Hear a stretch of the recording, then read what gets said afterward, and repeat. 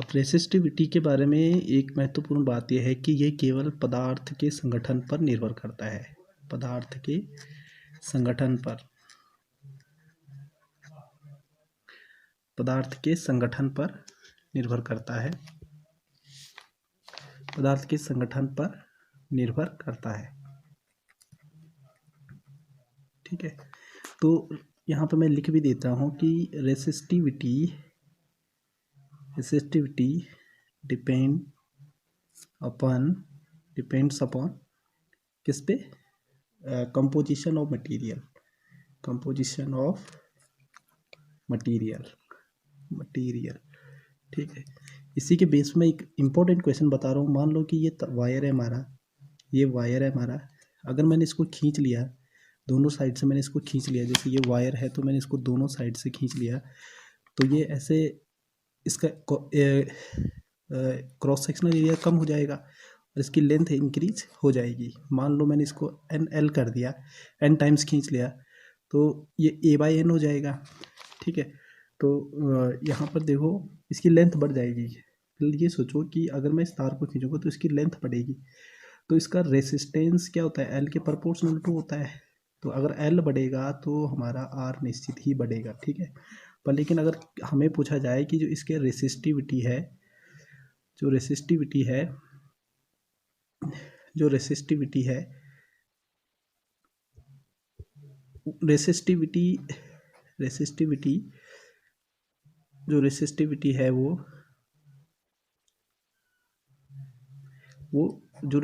है वो हमारे इस पे डिपेंड नहीं करेगी।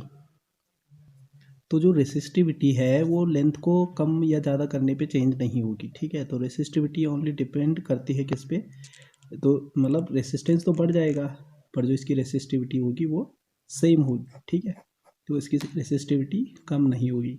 तो इसको इम्पोर्टेंट है, इसको याद करना है कि अगर हम लेंथ को चाहे घटाएं या बढ़ाएं तो इसकी रेसिस्टिविटी रिमेन सेम रहेगी, पर अगर लेंथ को बढ़ाएंगे तो रेसिस्टेंस बढ़ेगा, लेंथ को घटाएंगे तो रेसिस्टेंस घटेगा। ठीक है, तो अब ये हमने महत्वपूर्ण बात सीख ली। अब एक फॉर्मूला हमारे पास आया ρL/A। ठीक है, और जहाँ पे रो क्या था हमारा? रेसिस्टिविटी थी, जो भी है। और अब देखो रेसिस्टिविटी जो है, अगर मैं इसको मल्टीप्लाई इसके साथ कर लूँ तो R/A, और ये डिवाइड में चला जाएगा L। ठीक है, तो कुछ R/A डिवाइड बाई क्या आएगा? L आएगा।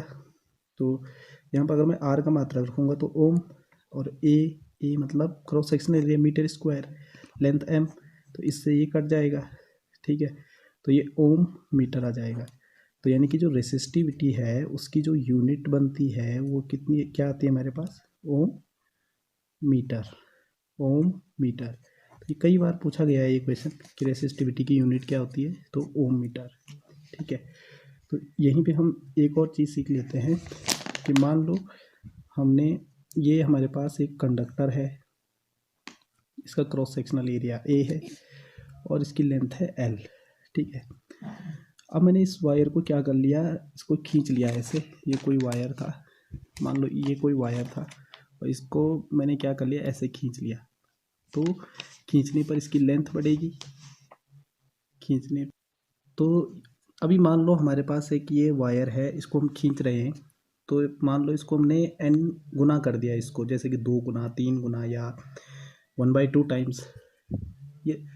तो अगर मैं इसको खींचूंगा तो ये कुछ ऐसा हो जाएगा तार। मान लो मैंने इसको n टाइम खींचा है। ठीक है, n टाइम खींचा है तो लेंथ क्या हो जाएगी? NL हो जाएगी, पर इसका वॉल्यूम तो कांस्टेंट रहेगा। आयतन जो है वो तो समान रहेगा, कांस्टेंट रहेगा, आयतन तो बदलेगा नहीं।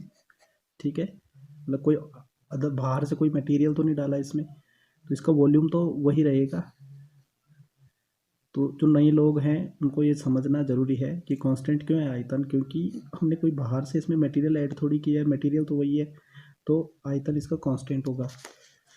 और ये हमारा एरिया ऑफ क्रॉस सेक्शन है, तो ये हमारा एरिया ऑफ क्रॉस सेक्शन है, तो इस पर भी फर्क पड़ेगा। अब इसकी लंबाई बड़ी है तो उसका क्रॉस सेक्शनल कम होगा, इसको और लंबा करेंगे तो ये और कम होगा। तो मान लो पहले का जो आयतन था, मान लो जो पहले का आयतन है तार का, पहले का जो आयतन है वो क्या है, तार का पहले का आयतन लंबाई गुना इसका क्रॉस सेक्शनल एरिया, तो ए इंटू एल था। और जो खींचने के बाद हुआ, खींचने के बाद आयतन, खींचने के बाद आयतन क्या हो जाएगा, खींचने के बाद आयतन हो जाएगा ए डैश। अब ए डैश थोड़ी नहीं है पता कि कितना हुआ, ए डैश तो कम हुआ है ना, मान लो उसको ए डैश मान लिया हमने, जो इसका क्रॉस सेक्शनल एरिया वो कम हो गया तो वो ए डैश है।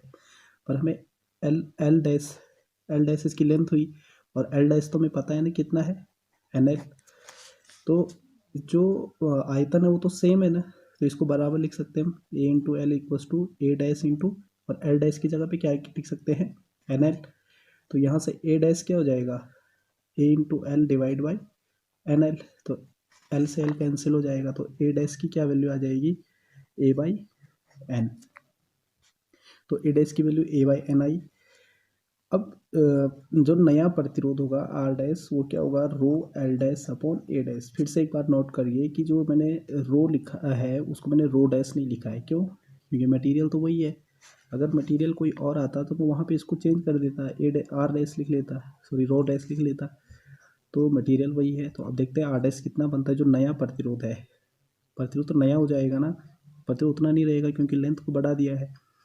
तो वैसे तो प्रतिरोध बढ़ेगा ही क्योंकि हमने लेंथ को बढ़ाया है। तो आर डैश क्या होगा, रो एल डैश की वैल्यू आई एन एल, और ए डैश की value I A by N. तो जो आर डैश है वो हो जाएगा रो, और ये एन ऊपर चला जाएगा, तो एन स्क्वायर एल अपॉन ए। तो आर डैश क्या हो जाएगा, इस एन स्क्वायर को यहाँ थोड़ा सा इसको सही तरीके से लिख लेते हैं, तो रो एल बाई ए, ठीक है। अब देखो रो एल बाई ए क्या था, रो एल बाई ए क्या है हमारा, ये आर है, जो इसका इस तार का जो प्रतिरोध है, तो वो क्या था हमारा, रो एल बाई ए। तो आर डैश क्या हो जाएगा, N square rho L by A क्या था हमारा, आर। तो नया प्रतिरोध क्या हो जाएगा, एन स्क्वायर टाइम्स हो जाएगा किसका, पुराने प्रतिरोध का। यहीं पे समझ लो, मान लो किसी तार को हमने खींच कर क्या कर दिया, किसी तार को हमने खींच कर क्या कर दिया, 3 गुना कर दिया, 3 गुना कर लिया, तो उसका उसका न्यू रेसिस्टेंस क्या हो जाएगा, न्यू रेसिस्टेंस क्या हो जाएगा, देखो एन स्क्वायर टाइम्स हो जाता है, तो उसका जो न्यू रेसिस्टेंस है वो 9 गुना हो जाएगा, मतलब उसका स्क्वायर कर देंगे हम, ठीक है। मैंने किसी वायर को खींचा, हमने उसका 2 गुना कर दिया, तो न्यू रेसिस्टेंस कितना गुना हो जाएगा, 4 गुना हो जाएगा, ठीक है। तो ये यहाँ से कर लेंगे।